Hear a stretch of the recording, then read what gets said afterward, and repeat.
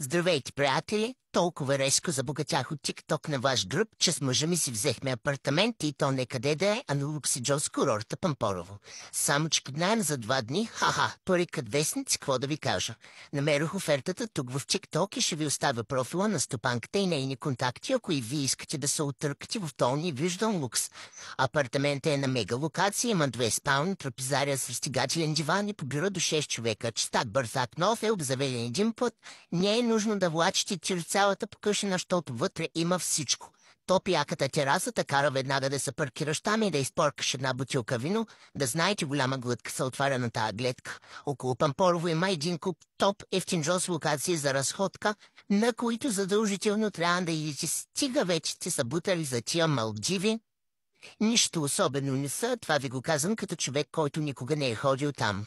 Първото място, което посетихме, беше Смолянския водопад. Преходът до него е много лек, като разходка по витушколката зето, ама излиза по-ефтин джов, все пак да ни ми тръбничка облечени като за плаза. Язък ми за изгорените калории продухания бял дроб, защото после седнахме в ресторант Българче в Смолян, напукахме се като свини за 40 лева и филма приключи. На другата сутрин продължих с фитнеса на маса, ама все едно колко ям обувките, или иначе винаги ще ми стават.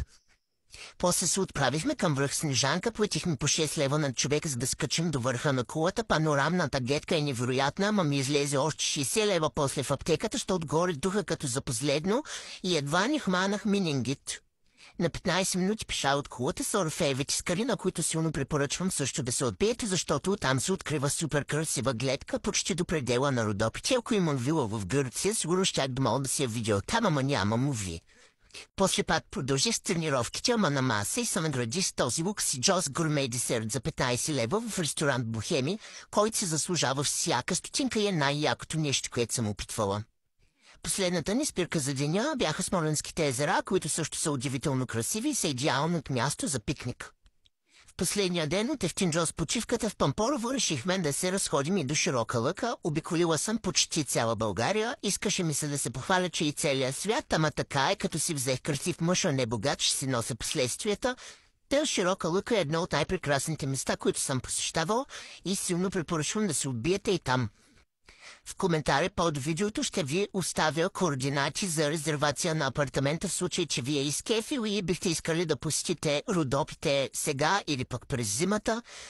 А пък аз ще продължавам си мечта за апартамент в Пампорово, ма така е като качвам в TikTok, а не в OnlyFans.